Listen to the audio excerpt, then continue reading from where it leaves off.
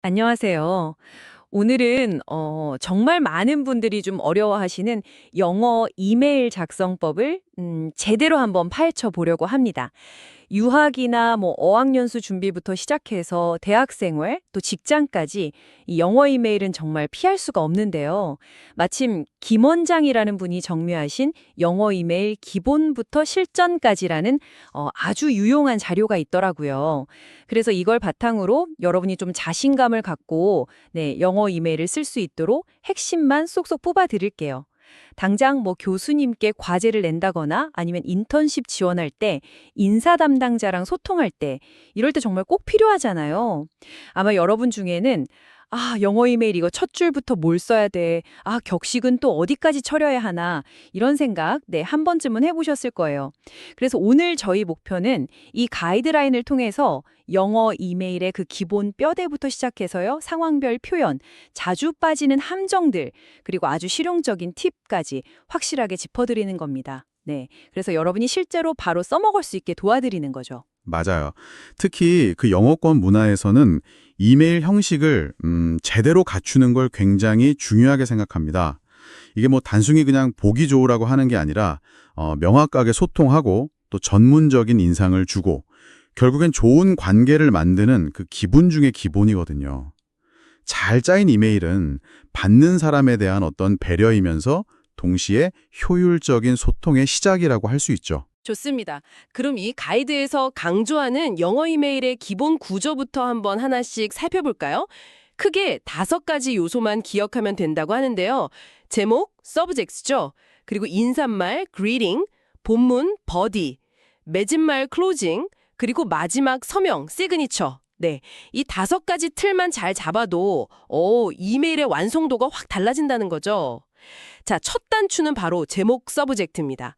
가이드에서는 하이처럼 좀 모호한 제목 말고요. 이메일의 목적을 한눈에 딱 알 수 있게 구체적이고 간결하게 쓰는 게 핵심이라고 강조해요. 예를 들면 영어 프로그램 지원 관련 문의라던가 영어로는 뭐 inquiry about English program application처럼요. 네네.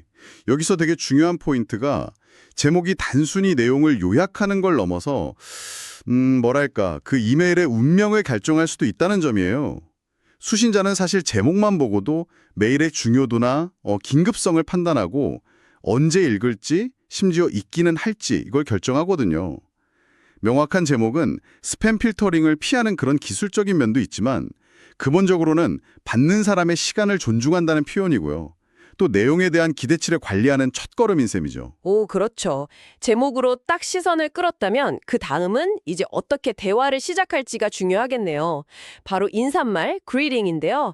가이드에서는 상대방을 잘 모를 때는 Dear Sir or Madam 이나 To whom it may concern 이런 걸 쓰고 교수님처럼 직함을 알 때는 Dear Professor Kim 같이 좀 명확하게 호칭하는 걸 추천하네요. 그렇죠. 인사말은 그냥 단순히 안녕하세요 이게 아니라 그 관계의 시작점에서 적절한 격식과 존중을 보여주는 아주 중요한 신호예요. 상대방과의 관계나 이메일의 공식성 수준, 심지어는 그 문화적 배경까지 고려해서 좀 신중하게 선택해야 합니다. 예를 들어서 Dear Professor Kim, 이거는 존칭이랑 성을 함께 써서 학계의 격식을 딱 반영하는 거죠. 여기서부터 벌써 전문성이 드러나기 시작하는 거예요. 아, 그렇군요. 자, 그럼 이제 본론으로 들어가서 본문, 바디 작성법을 좀 알아볼까요? 가이드의 핵심 조언은 간결하고 명확하게 이거네요. 막 장황하게 늘어놓기보다는 이메일을 쓰는 목적을 서두에 딱 밝히고 그다음에 필요한 세부 정보를 좀 덧붙인 다음에 마지막으로 원하는 거나 요청 사항을 분명하게 전달하는 순서. 그러니까 목적, 상세 설명, 요청사항 이 순서가 이상적이라고 합니다. 네, 맞아요.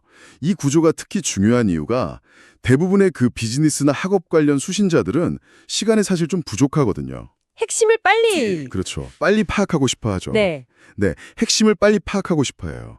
그래서 목적, 상세 설명, 요청사항 이 구조는 논리적인 흐름을 만들어줄 뿐만 아니라 이 사람의 내용을 체계적으로 정리했구나 하는 그런 인상을 줍니다. 이건 그냥 글쓰기 기술은 넘어서는 거예요. 뭐랄까 문제 해결 능력이나 업무 효율성하고도 연결될 수 있는 부분이죠. 네, 핵심 메시지가 묻히지 않게 하는 아주 효과적인 전략입니다. 본문 내용 전달이 끝났으면 이제 마무리를 또 잘 짓는 것도 중요하겠죠. 맺은말 클로징인데요. 가이드에서는 이메일 전체에 그 정중한 톤을 유지하는 선에서 best regard나 sincerely 아니면 thank you 같은 표현들을 상황에 맞게 잘 선택하라고 조언합니다. 네, 맺은 말은 그 이메일의 마지막 인상을 딱 결정짓는 역할을 해요. 어떤 표현을 쓰느냐에 따라서 전체 메시지의 뉘앙스가 확 달라질 수 있거든요. 가이드에 나온 sincerely 같은 경우는 좀 더 격식 있고 진정성 있는 느낌을 주기 때문에 공식적인 비즈니스 서신이나 좀 중요한 요청에 잘 어울리고요. 반면에 best regards는 가장 보편적이고 무난하게 사용할 수 있는 표현이죠. 본문 내용이랑 수신자와의 관계를 잘 고려해서 선택하는 게 중요합니다. 그리고 마지막 퍼즐 조각, 바로 서명, 시그니처입니다. 그냥 이름만 덜렁 쓰는 게 아니고요. 본인의 소속이랑 연락처까지 명확히 기재하는 게 기본이라고 해요. 대학생이라면 뭐 학번이랑 학교명을 쓰고 직장인이라면 지위랑 회사명, 연락처를 포함해서요. 그래야 받는 사람이 이 사람이 누군지 정확히 알고 필요할 때 연락할 수 있겠죠. 맞습니다. 서명은 그냥 단순한 정보 제공을 넘어서요. 여러분의 신뢰도와 전문성을 딱 뒷받침하는 그런 요소입니다. 특히 처음 연락하는 상대에게는 여러분이 누구인지 명확히 밝히는 게 아주 중요하죠. 학생의 경우에는 학번이나 학과, 학교명을 포함하면 수신자가 여러분의 신원이나 소속을 파악하는 데 도움이 되고요. 이건 특히 학교 관련 공식적인 소통에서는 거의 필수적이에요. 여러분을 실존하는 책임감 있는 개인이구나 이렇게 인식시키는 장치는 셈이죠. 자, 지금까지 이메일의 기본 구조 5단계를 쭉 살펴봤는데요. 이제 조금 더 구체적인 표현들을 알아볼까요? 가이드에 보니까 상황별로 활용하기 좋은 인사말하고 맺은말, 예시가 아주 잘 정리되어 있더라고요. 아까 말씀드린 격식체, Dear Mr. Smith, Dear Professor Kim 이런 거 말고도 조금 더 부드러운 관계에서는 Hello John이나 Hi Sarah 같은 표현도 가능하다고 하고요. 수신자가 누군지 잘 모를 땐 역시 To whom it may concern이 있고요. 맺은말도 정말 다양해요. 가장 무난한 Best regards, 공식적인 자리에서 쓰는 Sincerely, 좀 친근하면서도 정중한 느낌의 Kind regards, 그리고 미리 감사를 표하거나 좀 빠른 회신을 원할 때 유용한 Thank you in advance 같은 표현들이요. 와, 이런 선택지를 미리 알아두면 이메일 쓸 때 정말 든든하겠어요. 네, 그렇죠. 이 표현들의 그 미묘한 차이를 이해하는 게 중요합니다. 예를 들어서 kind regards는 best regards보다 약간 더 따뜻한 느낌을 주면서도 격식을 잃지 않거든요. sincerely는 말씀하신 대로 가장 격식 있는 표현 중 하나고요. 이런 뉘앙스를 잘 파악하고 상황에 맞게 딱 구사하는 능력, 이야말로 세련된 영어 이메일 소통의 핵심입니다. 이건 단순히 단어를 아는 걸 넘어서 관계와 맥락을 읽는 능력이라고 할 수 있죠. 자, 여기서 정말 도움이 될 만한 부분, 바로 실제 상황별 이메일 예시입니다. 첫 번째는 교수님께 과제를 제출하는 상황이에요. 제목은 영문학 수업 과제 제출, Submission of Assignment for English Literature Class처럼 명확하게 딱 쓰고 본문은 Dear Professor Kim, please find my assignment for 수업명 attached. Thank you for your guidance. 뭐 이 정도로 핵심만 간결하게 전달하네요. 맺은 말은 best regards, 서명엔 이름과 학번. 와, 정말 깔끔하죠? 네, 이 예시가 아까 강조했던 그 명료성과 간결성의 원칙을 아주 잘 보여줍니다. 제목에서 바로 목적을 드러내고 본문은 군더더기 없이 딱 필요한 정보, 그러니까 과제 제출한다, 첨부 파일 확인해달라, 감사 인사 이것만 담고 있죠. 그리고 교수님이라는 수신자에 맞춰서 Dear Professor Kim과 Best Regards를 사용해서 적절한 격식과 존중을 표현한 점도 주목할 만합니다.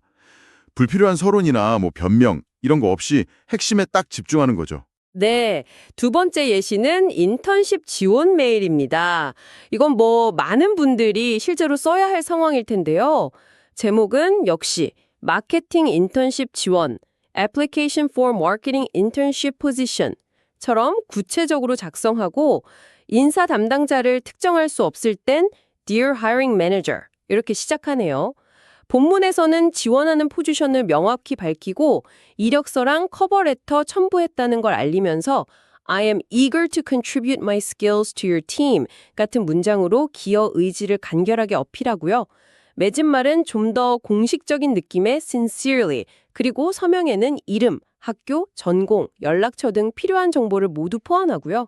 아, 이 인턴십 지원 메일 예시.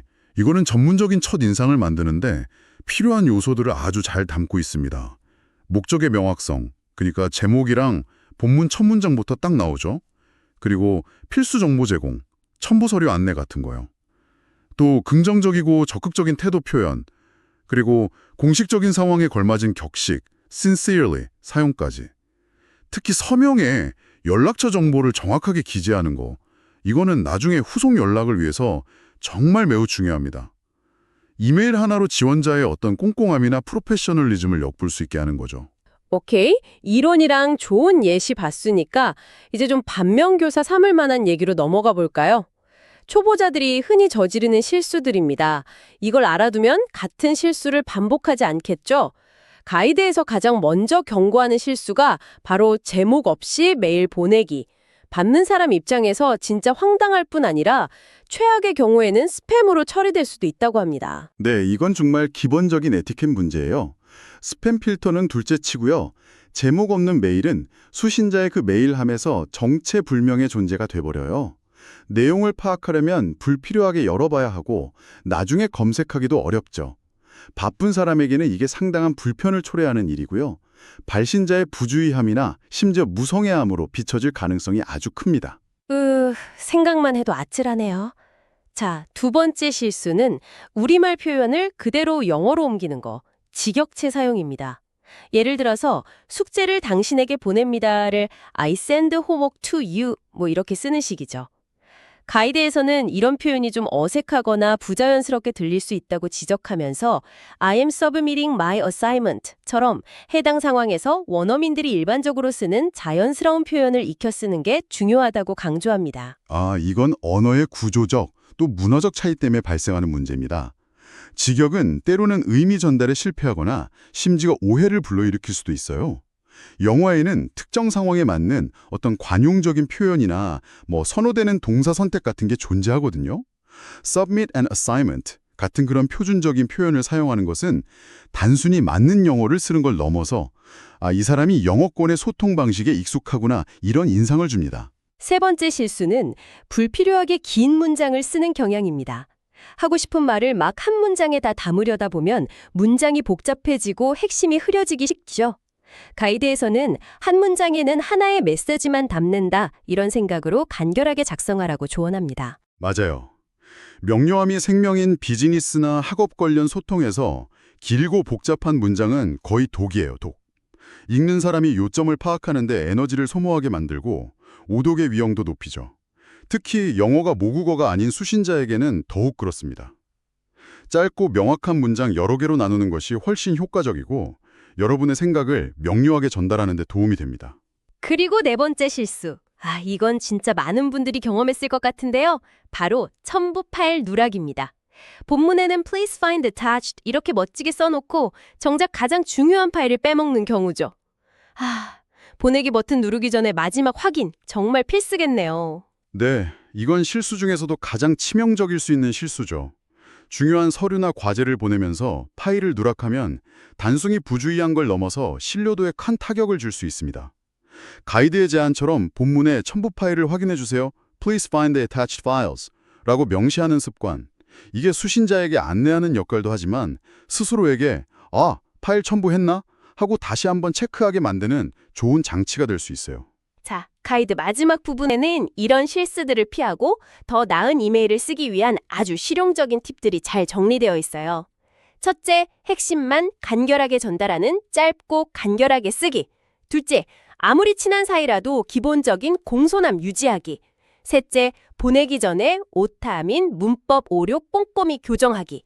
이건 정말 아무리 강조해도 지나치지 않죠. 사소한 실수가 전체적인 인상을 확 깎아내릴 수 있으니까요. 그렇죠. 넷째, 과제 제출이나 문의처럼 반복적으로 쓰는 메일은 템플릿 만들어 활용하기. 시간 절약에 아주 효과적이겠죠? 마지막으로 문화적 차이 고려하기. 특히 서양 문화권에서는 돌려 말하는 것보다 직설적이고 명료한 소통을 선호하는 경향이 있다는 점, 이걸 이해하는 게 중요하다고 해요. 너무 완곡하게 표현하면 오히려 메시지가 모호해지거나 오해를 살 수도 있다는 거죠. 와, 정말 주옥 같은 조언들입니다. 특히 교정의 중요성은 아무리 강조해도 부족함이 없어요. 요즘 그래멀리 같은 도구를 활용하는 것도 좋지만 역시 스스로 다시 읽어보는 습관이 중요합니다.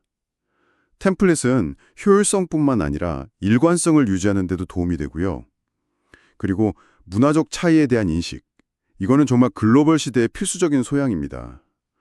직접성의 정도 차이뿐만 아니라 피드백을 주고받는 방식이라든지 유머 사용, 또 응답 속도에 대한 기대치 같은 것들. 이런 다양한 문화적 변수가 이메일 소통에 영향을 미치거든요. 이건 단순히 영어를 잘하는 것을 넘어서는 문제예요. 인터컬처럴 커뮤니커티브 컴페턴스, 즉 문화 간 커뮤니케이션 역량의 문제고요. 성공적인 소통을 위해서는 이런 차이를 인식하고 존중하고 때로는 유연하게 자신의 스타일을 조절할 필요가 있습니다. 자, 그럼 오늘 우리가 이렇게 깊이 살펴본 이 내용들이 여러분께는 어떤 의미가 있을까요? 김 원장의 가이드라인은 영어 이메일의 기본 골격부터 시작해서 자주 쓰는 표현, 피해야 할 실수, 그리고 실력 향상을 위한 팁까지 말 그대로 영어 이메일 작성의 A to Z를 아주 체계적으로 보여줬습니다. 오늘 이야기 나눈 이 원칙들을 이해하고 적용하는 것만으로도 앞으로 영어 이메일을 써야 하는 어떤 상황에서든 훨씬 더 자신감 있고 능숙하게 대처할 수 있게 될 겁니다. 그렇습니다. 결국 핵심은 명확성, 존중, 효과성 이 세 가지예요. 특히 비대면 소통인 이메일은 오해의 소지가 더 크기 때문에 오늘 우리가 논의한 형식, 표현, 에티켓 같은 일종의 약속들을 지키는 것이 중요합니다. 이건 단순히 규칙을 따르는 행위를 넘어서 여러분의 메시지가 의도한 대로 정확히 전달되고 또 긍정적으로 받아들여지도록 하는 안전장치와 같아요. 제대로 쓴 이메일 하나가 때로는 정말 예상치 못한 기회의 문을 열어주기도 하죠. 마지막으로 여러분이 앞으로 영어 이메일을 사용하시면서 스스로 더 탐구해볼 만한 질문 하나를 던져드리고 싶어요. 가이드에서도 언급된 문화적 차이, 특히 직접성 선호도 외에 예를 들면 공손함을 표현하는 방식의 미묘한 차이라던가 아니면 이메일 응답 속도에 대한 기대치 같은 것들 있잖아요. 이런 것들이 미국, 영국, 호주 등 서로 다른 영어권 문화권 사람들과 소통할 때 구체적으로 어떤 영향을 미칠 수 있을까요? 그리고 우리는 이런 보이지 않는 문화적 규범들에 어떻게 더 현명하게 대처할 수 있을까요? 한 번쯤 고민해볼 만한 흥미로운 탐구 주제가 될 것 같습니다. 김 원장의 가이드라인을 바탕으로 효과적인 영어 이메일 작성법에 대해 깊이 있는 이야기를 나눠봤습니다. 오늘 내용이 여러분이 영어 이메일 앞에서 더 이상 주눅들지 않고 필요한 자신감과 실용적인 도구를 얻는 데 도움이 되었기를 진심으로 바랍니다.